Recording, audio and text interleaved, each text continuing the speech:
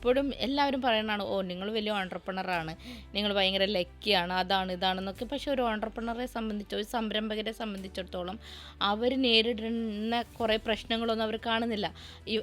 നമ്മുടെ ചില ഇവൻറ്റ്സ്, നമ്മുടെ ചില സക്സസ്, ചില അവാർഡ് ഫങ്ഷൻസ്, ഇതൊക്കെയാണ് നമ്മൾ ഇൻസ്റ്റാഗ്രാമിലും ഫേസ്ബുക്കിലും അതുപോലെ സോഷ്യൽ മീഡിയയിലൊക്കെ പോസ്റ്റ് ചെയ്യുന്നത്. ബിഹൈൻഡ് ദ സീൻ നമ്മൾ പോസ്റ്റ് ചെയ്യുന്നില്ല. കാരണം ബിഹൈൻഡ് ദ സീൻ പാതിരാത്രിയാണ്, നമ്മൾ ക്യാമറ പിന്നെ ഫുൾ ടൈം ഡ്രസ്സിൽ പിടിപ്പിച്ചുകൊണ്ട് നടക്കണം. സത്യം, എന്നാലേ ബിഹൈൻഡ് സീൻ കാണുള്ളൂ.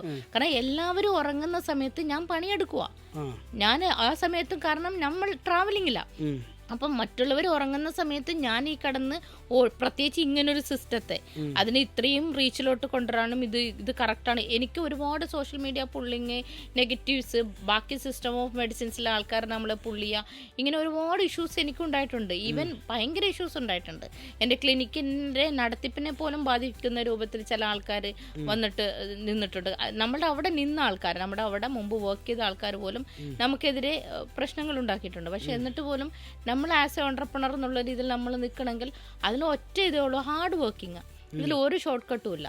അപ്പം നമ്മളൊരു സംരംഭക എന്ന് പറയുമ്പോൾ ഒരു സ്ത്രീനെ സംബന്ധിച്ചിടത്തോളം പലരും ചിന്തിക്കണതാണ്, നിങ്ങളുടെ ബാക്കിൽ ഹസ്ബൻഡ് സപ്പോർട്ട് ഉള്ളതുകൊണ്ടാണ്, ഫാമിലി സപ്പോർട്ട് ഉള്ളതുകൊണ്ടാണ് നിങ്ങൾക്ക് നിൽക്കാൻ പറ്റുന്നത്.